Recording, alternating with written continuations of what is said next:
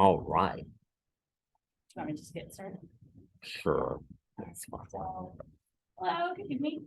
I'm Michelle McGuire. I'm with the Florida Auditor General's Office. Really excited to be here today. It's my first time on the campus. It's so pretty. I wish I'd come over earlier so I could drive around and really look at the buildings, but I'm still excited to be at the school. Hopefully I'll be here more often. So Yeah. a little bit about myself. I'm native Floridian. I've been with the Florida Auditor General's Office. I just hit 15 years. I got my little 15-year certificate, little pen. That was all exciting. And I was an auditor full-time for 10 years. And then for the past 5 years, I'm the manager of our talent acquisition program. So I get to go to all the different college campuses and I talk to students and talk to them a little bit about our office. So now who are we? Who is the Auditor General's Office? We are the external auditor for the state. So we work for the legislature and we perform financial and operational audits on government entities. So that's state agencies like the Department of Health, Department of Education. It's the public university. So like UCF, USF, those are clients of ours, state colleges, school boards, and then like a handful of local governments as well. Now, our financial audits are structured very similar to what you would do if you worked at a public accounting firm. And a lot of what you'd learn about when you take your audit classes, it's all about, are the statements fairly presented? Are they materially correct? And we're really determining, can the people who use them, can they rely on the information given them? So right now in Tallahassee, the legislature is in session. They're deciding the budget for the next fiscal year, and they're using those financial statements as part of that decision making. They're saying, okay, how much revenue did we have come in last year? What were the expenditures like for last year? So they're using all that information when they're trying to make their budgets.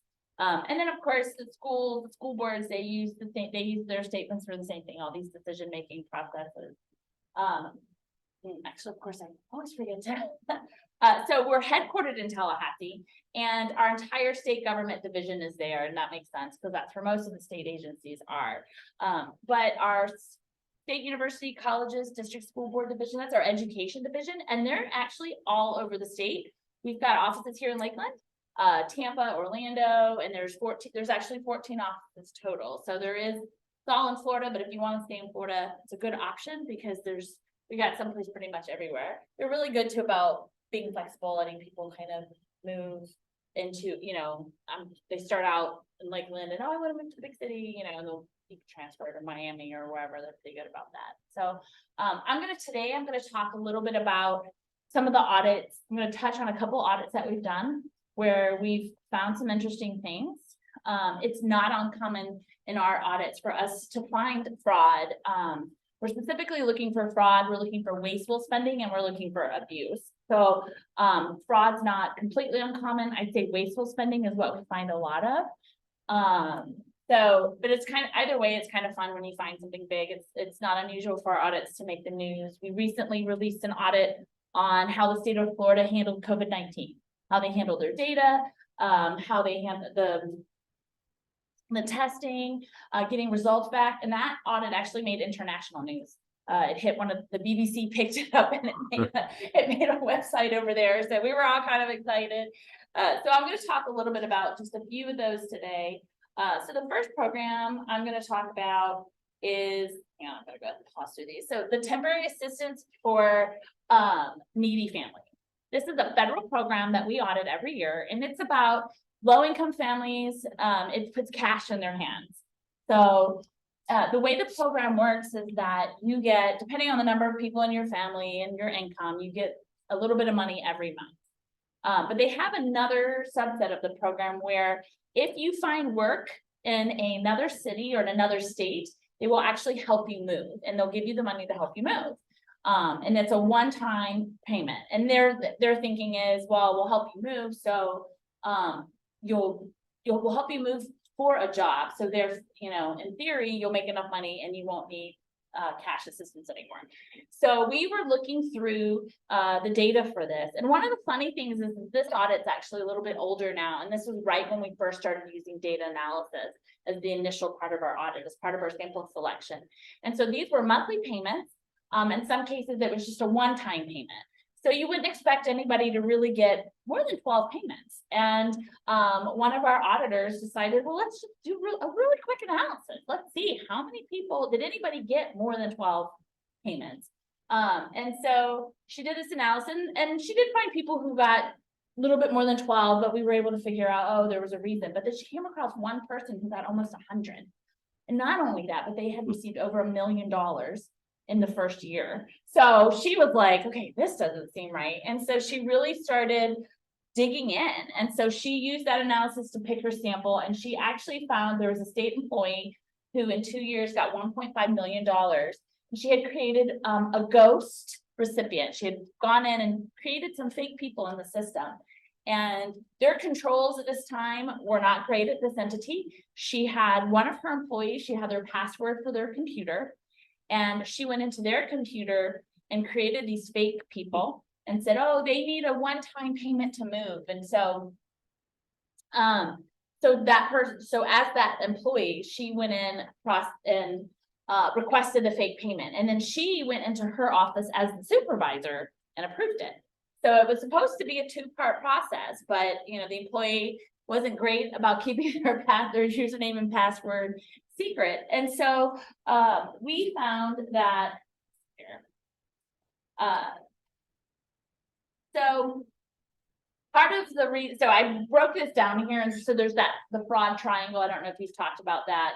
Fraud's going to always have that rationalization, the pressure, the incentive. And so I love this one because I think it's pretty clear. So opportunity, she knew the employees sign-on information, so she knew she could go in and do this rationalization. She did not make a lot of money, made less than $40,000 a year, and she lived in West Palm Beach, so it's a expensive place to live.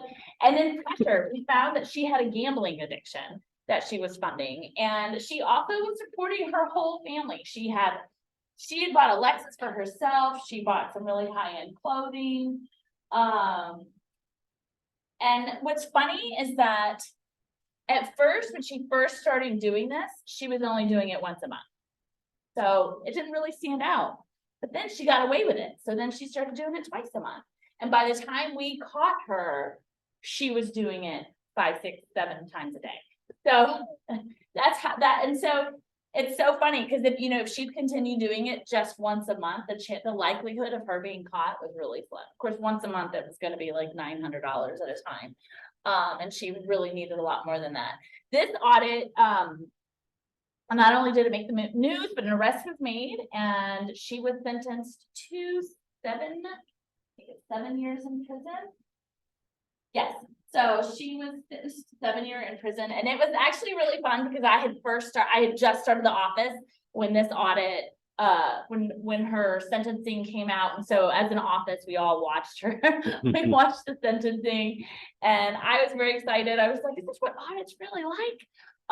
Not all the time, but we do find these kinds of interesting stories.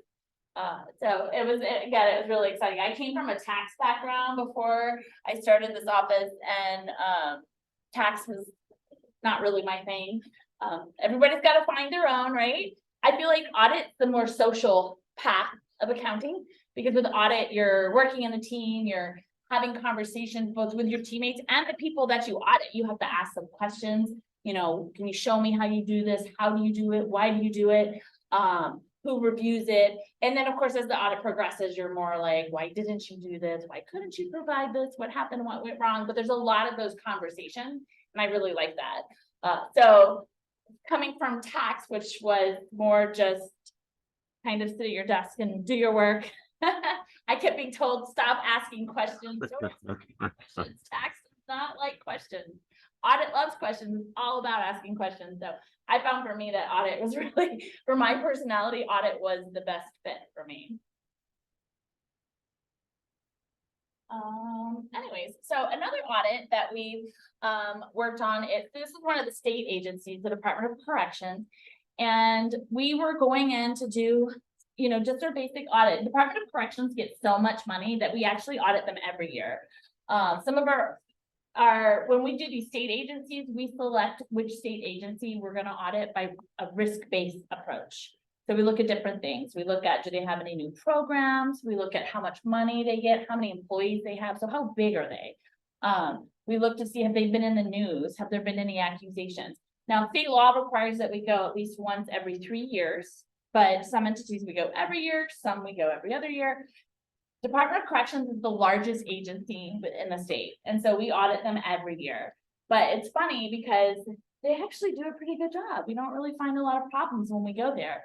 And so this is one of these audits where the audit team was trying to figure out what aspect of our Department of Corrections can we audit. Like we don't ever find anything. They're doing a pretty good job. And so somebody tossed out, why don't we look at their inmate account? So and when you're in prison, you have a little commissary, it's like a little convenience store, and you can go and buy stuff that you need.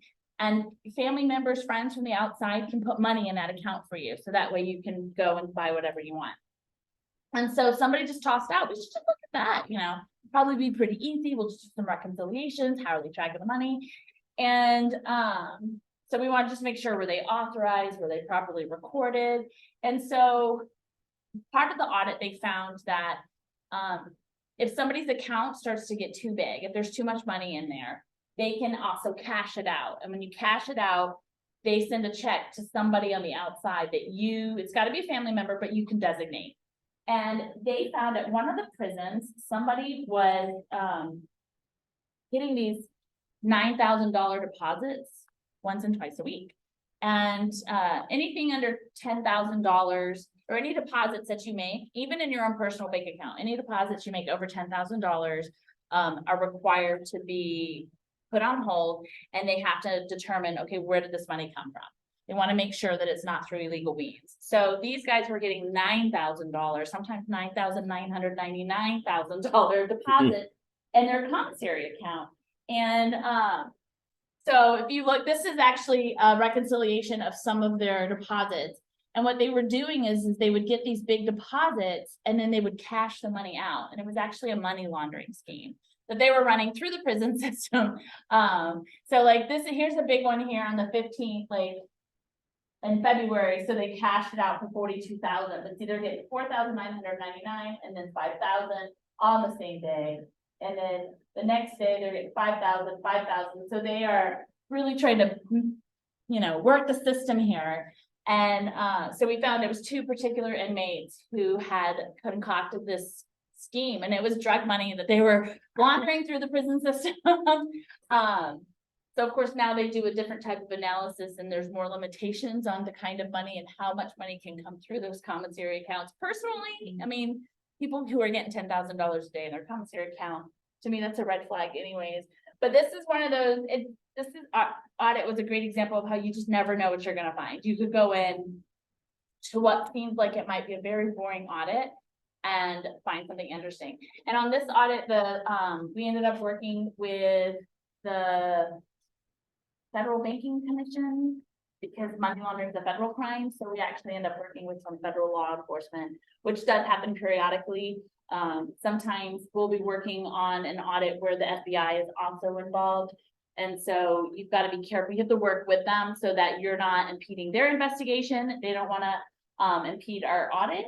So there ends up being a little some give and take with each other. But that's stuff, it's always fun when that happens. Like everybody gets excited. Now this audit here, this is an audit that we did of the Space Florida program. So Florida this is an interesting company. Florida owns it. It's a public-private partnership. So state of Florida owns part of it, and then they've gotten other corporations to also put money into it. And basically it's about promoting Florida's space tourism. So the SpaceX program they set a shuttle up, I think it's about a year ago. They're part of this Space Florida program. And we were asked to go in and audit it. We wanted to make sure, are they really doing what they said they're going to do? Are they building this shuttle? And a friend of mine was on this audit, and he said it was actually really cool because they did have to go in and actually see the shuttle. But he said it was a little bit nerve-wracking because they gave him like this list. You can't there's a lot of magnets involved. So no metal, no belt buckles. You had to wear rubber shoes. They had to wear hazmat suits, no phones, no cell phones. All these restrictions, but they actually went underground into the warehouse or whatever where they were building this. But since it's a public-private partnership, the way they spend the money still falls under the restrictions that are applied to any government entity. But the people in the private piece of it, I guess, weren't used to that. So this audit here, we actually found a lot of wasteful spending. We found they were renting private jets, making international flights. And this one got picked up by a news organization in Tampa. So I've got the news video I was going to show you guys. Hang on a second. $4 a dozen. What about bagels for $58 a dozen? Coffee for 96 bucks a gallon? Hate to break it to you, but you already did. I hope they tasted good. Those are all prices Space Florida paid with your tax dollars. You also pay for their executives to fly internationally in first and business class, even though state law requires they use the most economical means of travel. Let's see what's brewing.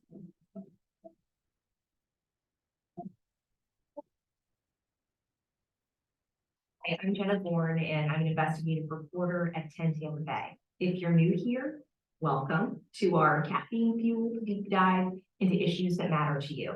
Make sure you subscribe so you don't miss an episode. I want to start by making it clear that we are talking about Space Florida, not Space Force. Space Force is a branch of the military that just celebrated its second birthday. Space Florida is a 15-year-old subdivision of the state that promotes the growth of Florida's aerospace industry.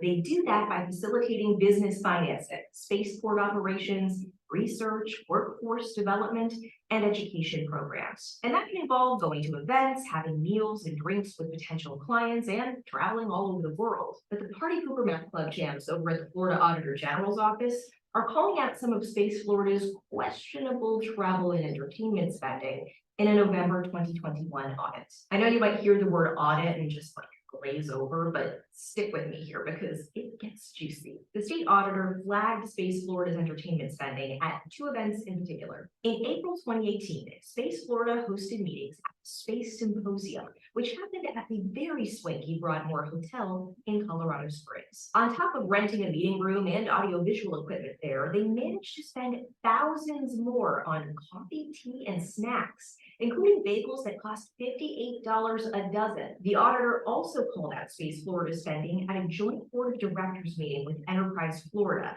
this time at the Lowe's Portofino Bay Hotel at Universal Orlando in November 2018.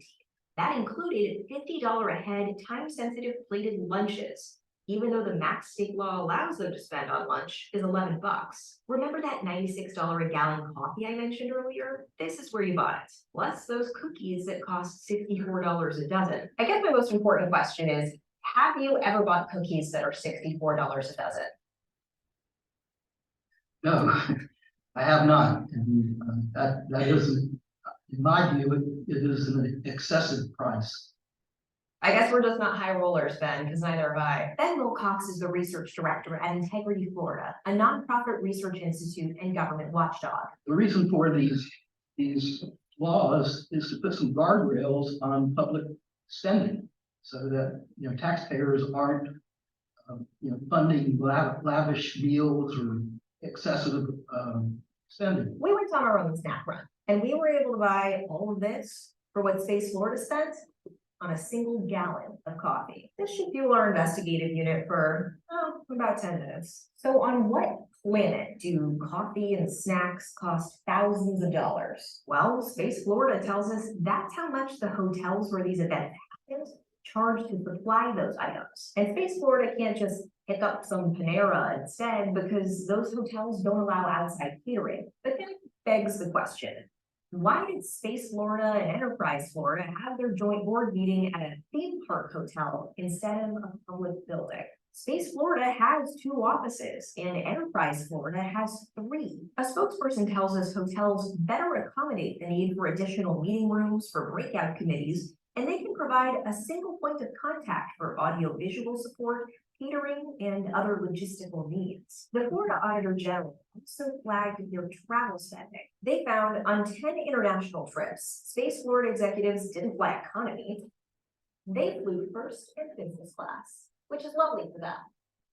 Except that state law requires them to use the most economical means of travel. Those international flights cost taxpayers $62,520. So it kind of shows arrogance in fact of feeling that they deserve to fly first class, and whereas normal state employees would not be able to take advantage of a first class flight. So how much more does business class really cost Florida taxpayers? I looked through Space Florida's travel records myself and found it costs an extra $400 to upgrade its then senior VP of Business Development, Bernie McShay, from economy to business class on his flights for Paris Space Week in 2018. While Space Florida did not justify in its travel records why skipping coach was necessary for executives, a spokesperson told us issues of health and/or that such travels provides them the food and rest on the flight, enabling them to go directly to work upon landing, thus reducing hotel costs for recuperation. As a recipient of state appropriated funds, we need to be held to a high standard of operating and accountability. With changes we will be implementing those changes based on these recommendations. Now, we would love to talk to Fred DeBello about all this. We tried. But after weeks of Space Florida's spokesperson saying she was working to get an interview with him scheduled, it seems like the timeline keeps getting shifted here, so I just wanted to follow up. They backed out of the interview. I want to point out, this is the only time Space Florida's travel and entertainment expenses has ever been audited in their 15 years of existence. The state audit manager who supervised that report wouldn't do an interview either, saying it was against policy. So I asked for that policy, and yeah, they literally have a written policy that says requests for on-camera or recorded interviews should be declined. Gotta love the Sunshine State. But the audit manager did answer over email when I asked why the state has never audited Space Florida until now. Her explanation, while the Auditor General is required to audit state agencies every 3 years, Space Florida technically isn't the state agency. So the Auditor General is authorized but not required to audit it. She pointed out that Space Florida does get financially audited every year by an independent CPA firm. But I read those audits and they specifically say they don't audit Space Florida's travel, business meals, or incidentals. What's the risk when no one is watching how tax dollars are being spent? Well, the risk is what we see here in this audit is that people will take advantage of taxpayer dollars and fund lavish meals, first class travel, and just disregard the laws and the procedures that are set forth in the state statutes. Space Florida told me it plans to update its travel and finance policies and procedures, but how? A spokesperson told me those concepts are pre-decisional, which is a business class way of saying they don't know yet. Thanks for watching What's Brewing. Subscribe, go, you don't listen to go, I'll see you next time. Actually goes on to like talk about nothing, but we do see our audit show up in the news. I love the spin that she puts on it. Like, I thought she did a good job of making it fun. Now, when we find issues with an audit, there's several things that happen. First of all of our audit results go to the legislature. And as part of that, we will make recommendations for changes in state law. We see an issue, maybe a loophole that somebody is using, that we say, I don't think that this is what you intended to do with the program. We'll recommend it to the legislature, like you might want to reevaluate this, look at the statute. And so that's kind of a fun thing that we're able to do. And whenever you've worked on an audit and something you've done gets picked up and made into a law, there's something, at least for me, that always seems very rewarding. I worked on a couple of audits where we have seen that. And when I audited full time, I worked on a lot of the like what's called health and human service programs. So it's programs towards children, low income families. And so I specifically was doing an audit of the foster care system one year, and Florida had recently been in the news because they weren't tracking all the kids. And so they had lost track of some of them. And then when some of them ended up, unfortunately, were killed by either their parent or the foster parents that they'd been placed with. So our office went in and we were doing an audit. We were tracing the kids. What's going on with these? And what we found is that sometimes the caseworker would come in, they would take the child away, take them out of their parents' house, place them in a foster care home. And it would take up to 3 months for them to update the system, the official system that tracks these kids. And so, a lot can happen in 3 months. And these caseworkers have a lot of kids as well, right? They're tracking 200 kids. So, as a result of that audit, they actually changed state law. Statute now requires that they update any of that information within 24 hours. So that's one of those things that for me really meant a lot, that you are able to really see the impact of the audits that you're working on. It's not just, oh, the shareholders, they, stock went up an extra $1 per share. So that's something that's really meant a lot to me.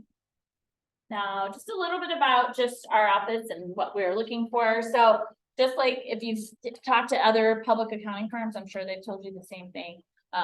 You have to be CPA eligible. That's big with our office. It's big with the accounting firms. And a lot of that's because accounting standards, auditing standards require that a CPA perform certain tasks.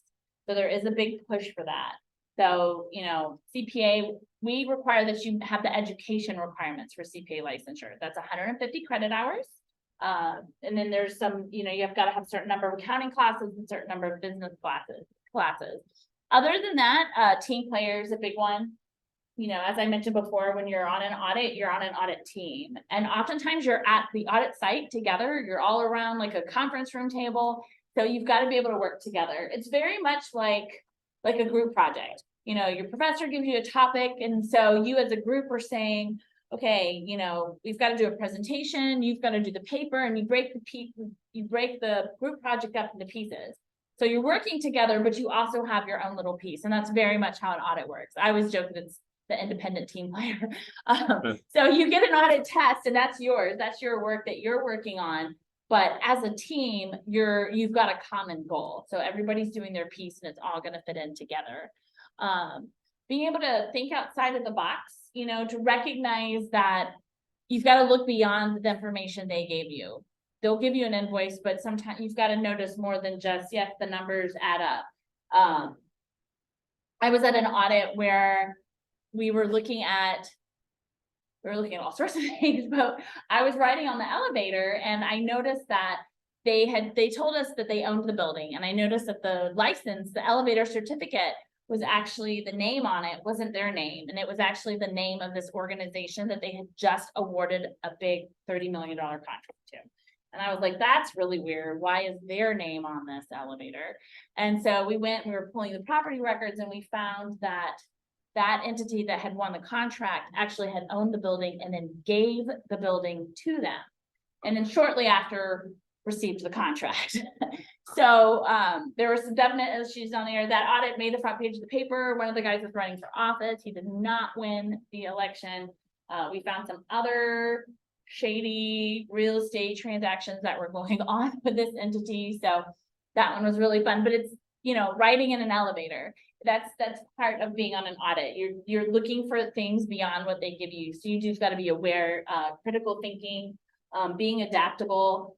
We have so many examples of just how you go in expecting to find one thing and then an audit can go the other direction, and being willing and open for those events. Those are important. So our company culture, we're really big on that life balance. I think that's something that a lot of firms talk about, but our office, we are, we're pretty much a 40-hour work week. It's not often that we work more than 40 hours. The way an audit really works is they're like, here's your pieces, and here's when they're due. And then it's kind of up to you to manage your schedule to make sure you meet that deadline.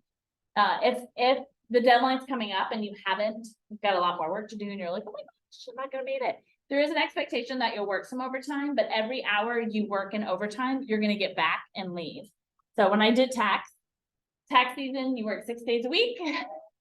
I made the mistake of coming in on a Sunday one time, and they said, oh, good, you do work on Sundays. We weren't sure, so we'll see you next Sunday. And you never get that time back. So at least for me, I found that I'm okay with working overtime if I need to, when I know I'm going to have extra, like if I worked 42 hours this week, I now have 2 hours of vacation that I can use another time. So it's more like they borrowed that time. We also have a hybrid work environment. So we're 3 days a week in person and 2 days a week from home. You get to pick the 2 days a week that you're from home, and when you are in person, you get to pick your work hours.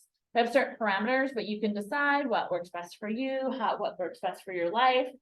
We also have a strong sense of community. We have a big CPA support community within our office. We have study groups, we have study challenges, there's competitions, we have study materials for people, but then we also have like a book club, we have a walking club. We have a volunteer policy where we really encourage people to volunteer. You get an hour a week as part of your workday to volunteer at local organizations. We have in Tallahassee, we have a group that goes to the homeless shelter once a month and serves lunch, and that's part of their workday. So they're not taking time off to do it. So you're still kind of giving back to your community. And then the last two, support and growth. To me, those kind of go hand in hand because I'm really talking about our managers. We have an open door policy, and when you feel like I had it as much before I had a professional job, but when you're in a professional job, you meet with your manager every year. They're going to say, you did a great job last year. Let's look over what you did. So we're looking towards the past, and we have that, but we also have a separate meeting every year where you're looking towards your future and you're with your manager, you're setting goals. Where do you see yourself? We set 1 year, 3 year, and 5 year goals. And, a lot of it's like, oh, I see myself being promoted, but it's also, what are skills that you would like to develop for yourself professionally. One of the things I used to always put on mine was public speaking. I was terrible at it. I would get up to do a presentation and I would literally black out. God only knows what would come out of my mouth. I'd sit back down and I'd be like, oh, and sometimes people will be like, and sometimes they're really good. So people look forward to it though, because it was always kind of funny, you never knew. But public speaking was one of the things that I put on mine. And so whenever there was an opportunity, they would say, Michelle, that's something you said you really wanted to work on, that was strength that you wanted to grow. And so I had a mentor who helped me work on those skills. And, again, that doesn't help the office. It does now because of what I do now, but at the time it wasn't something that helped the office. It was really about myself, with people who say, I really want to get experience on these specific types of audits. I want to grow that area. So I love though that you have that opportunity to really have that face-to-face conversation with your manager about where do you see yourself, where do you want to go. So I feel like with accountants, we're all about control. We're a little OCD. So I like having that control about where I'm going. What time do I come in? How long do I work? And where am I going? Like, there we go. It's all about the control. So this is just a little bit about our opportunities for growth. I think I mentioned we're structured very similar to a public accounting firm. So our auditor position is our entry level. And again, all about control. Our promotions are really about you. It's not, is there a senior auditor position vacant? You can't be one until there's a vacant position. It's really about, are you ready for that next task? Because this is doing, as an auditor, you're doing like basic tests, you're doing expenditure tests, simplified work. Once after 2 years, you're eligible to be a senior auditor, and that's more about more complex work. You're going to be a team leader at some point. You're going to be mentoring a new staff member, because as an auditor, you will have a mentor, and they're going to be a senior auditor. So you kind of do that mentoring. And then after 2 years as a senior auditor, you're eligible to be a lead senior. So all of these promotions, your first 8 years of promotions are solely based on, are you ready for that next step? So again, as a control person, I love that. I like knowing that it's up to me how far I'm going to go. And yeah, that's our LinkedIn QR code. If you guys are interested to follow us, we do post positions on there. Does anybody have any questions?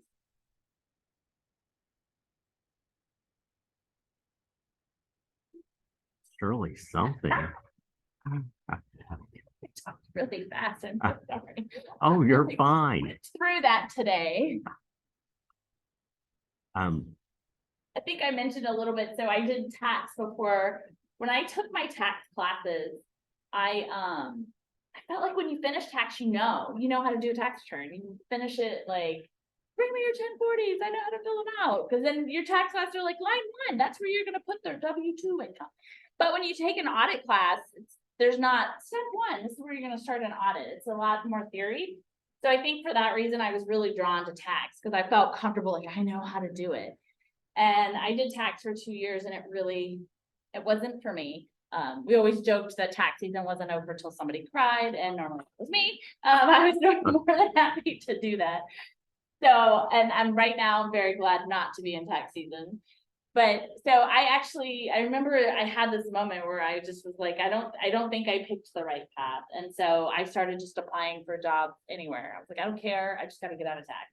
And I landed a job at the Auditor General's office. I was not interested in working for the government. My mom had worked for the government. She was the one who was like, you should try it. It's great. And I don't know. I started it and I fell in love with it. I really realized that audit was the one for me. When I was on tax, like one of the things with tax that I always got in trouble is that my clients would give me their stuff. And I'd have so many questions. Like, what about this revenue? Where did you get this? And my boss would say, stop asking them questions. You're not auditing their return. Don't ask any questions. Just take it, just do it. And like, I got in trouble so much about it. And when I started this office, I remember my first audit, they were like, do you have all your questions? We need lots of questions. And I was like, oh my gosh. I love that. And audit, you know, so you kind of got to just find what fits your personality. It's nice to know that you can change paths. You're not locked down into the first one you try. I normally recommend try an internship with both or get one of some firms will, you know, you're going to do 2 weeks in tax and 2 weeks in audit. They are both very different. To me, it's different personalities. You know, one's a better fit for me. It's not better than the other. Well, unless you ask me on the side, then I'll say audit's the best. But I'm passionate about audit. I believe in it. I think it's important. I think it's an important service that we do. So, yeah, I guess that's it. Any questions? Did you say that you find auditors to be more well balanced between left brain, right brain, so creative side, analytical side? Some of us, for sure. Some of us are, I mean, I swear you look up pick the word auditor in the dictionary and you're like, yep, that's Kevin, that's exactly. But I feel like, you know, at least with our audit, since we're designing them ourselves, it's not just a financial audit. The other audits, so we do the operational ones, we're designing as a team. You do have to be a little bit more creative. Yeah. You've got to be able to think outside of the box. So,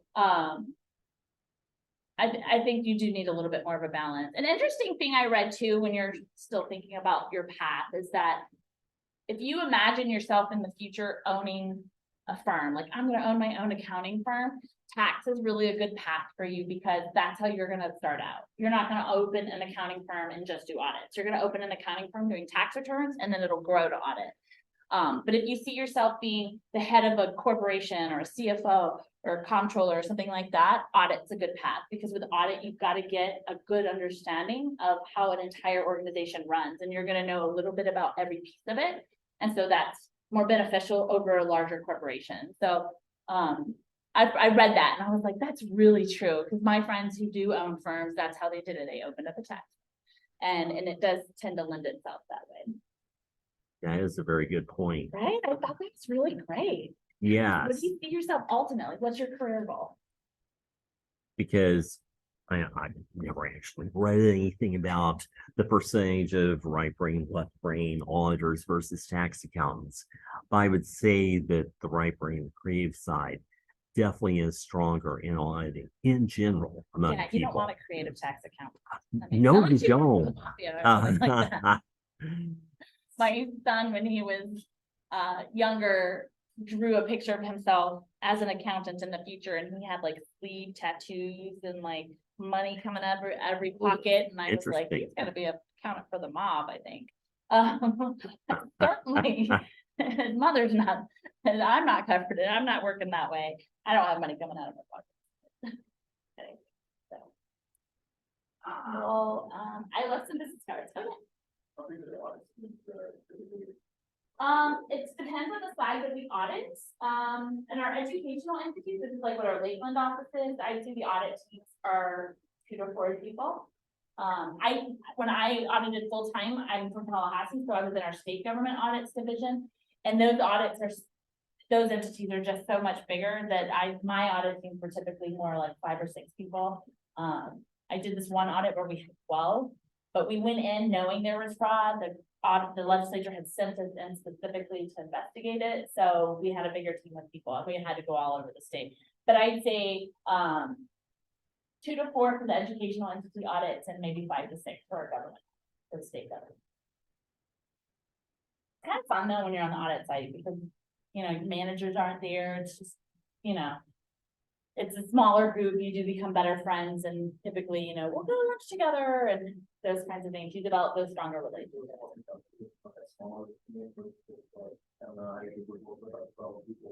Well, you're all on your own individual tasks and then you pull it all together at the end. The team leader is the one who pulls it all together. So as a team, you meet in the beginning and you all kind of discuss, this is where I think the risk could be. These are areas that might be significant. And the team leader kind of picks, okay, what of these topics do I think are actually auditable? Like what can we really go in and do to look at this? And then when you're doing your audit work, everybody has their own piece. So even though you're all in the same room together and you will collaborate on some things together, generally you've got your own piece and you're just chugging away doing your own work. And sometimes people will say like, you know, I was expecting this and I got this form and you guys think, I think it's okay though, because the control is still there and that's what we're really testing. So you'll get some collaboration that way. And people will have conversations with each other and but I'm not depending on Joe over there to finish so that I can finish my work. It's not that kind of, so I don't think, so it doesn't matter as much on the sides. I don't think that it doesn't impede it as much. A smaller one though can be more fun because you do get to know everybody better. Sense. By the way, for school boards, is it still the model of where you audit each county for 2 years and then a CPA firm audits them for 1? It's actually the other way around. So Oh, for the okay. school boards, for school counties with over 150,000 people, we audit them once every 3 years. And for a county Okay. with less than that, we audit them every year, which at first I was like, that's counterintuitive. I mean, a bigger school, that's more money. Why are we only going there once every 3 years? And in the off years, they get a CPA firm.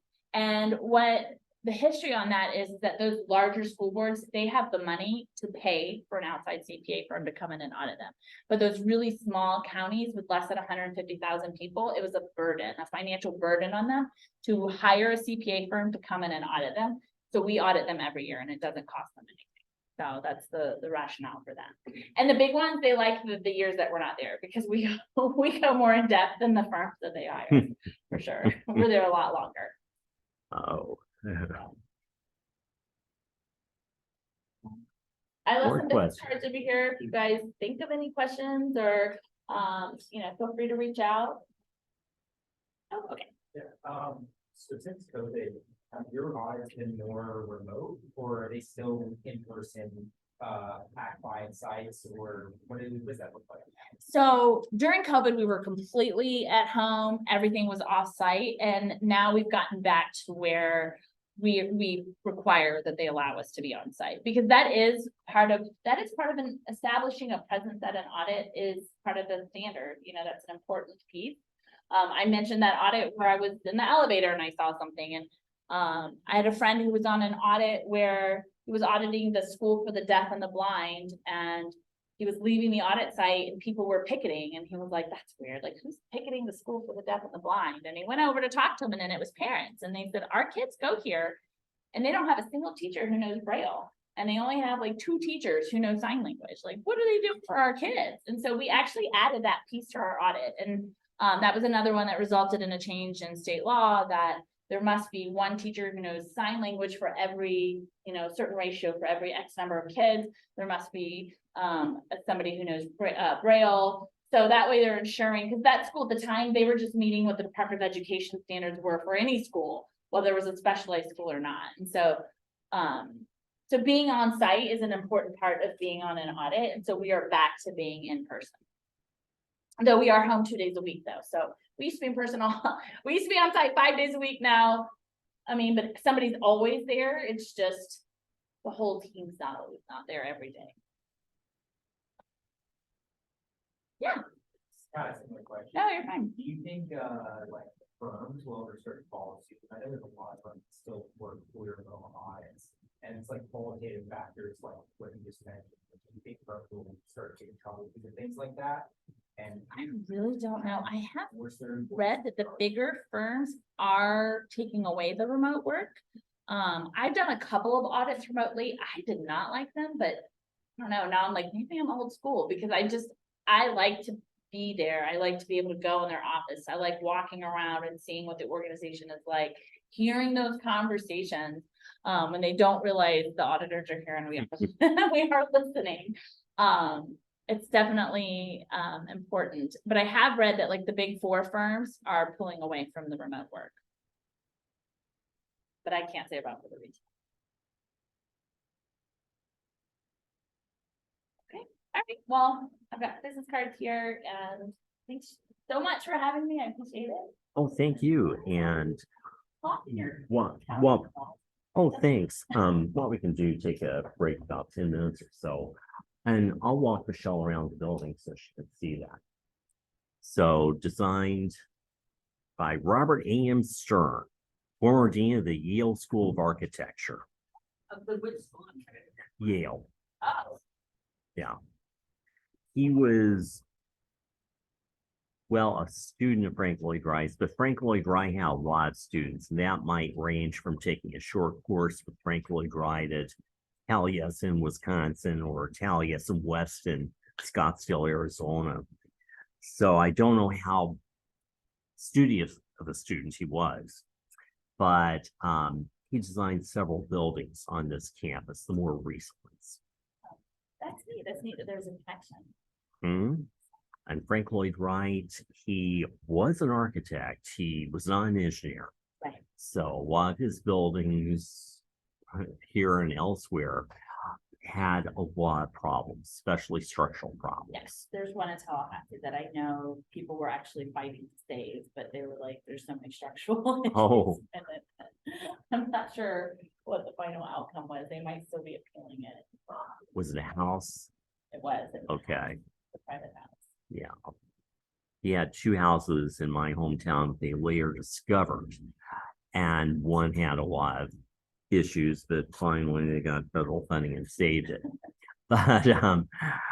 But he, especially in the early days, people didn't note the architect. And he was just another face in the crowd. So some of his earlier structures, especially houses, were just sort of forgotten about. Right. Yeah, I mean, that makes sense. You've got to build up to make that name for yourself. You don't just start out at the top. Right. So maybe Robert A.M. Stern was a student of Frank Lloyd Wright's, because here in this building, I still have trouble with it. Water does not simply drain off the sides. Instead, to make it more decorative, I guess, the roof, yeah, some of us are Midwestern, we say roof here. In the center, there is a valley of sorts, Okay. and that channels the water across over to that side. Well, they've had a lot of leaks, and they're still having issues with that. And this building was built in 2015. So Wow, that's crazy. I know. That recent, and they're still having this design issue. mm-hmm. What I'll do, Amanda, if you don't mind, I'll go ahead and close out this Zoom session, and I'll be back in about 10-12 minutes, and that way I'll have a clean recording. Okay? Okay, that sounds good. So do I just rejoin the room? Yes, please. Okay, I'll see you soon. Thanks. Yeah, And bye. Oh, oh, I'm sorry. And for everyone else who's watching this asynchronously, thank you for watching us. And let me know if you have any questions. Also, Michelle's going to be sending some slides, and I realize it was a little bit difficult to see them up there on screen. So okay. Thanks, Professor. See you in a few Thank- minutes. thanks. Bye-bye. Bye. Okay. That's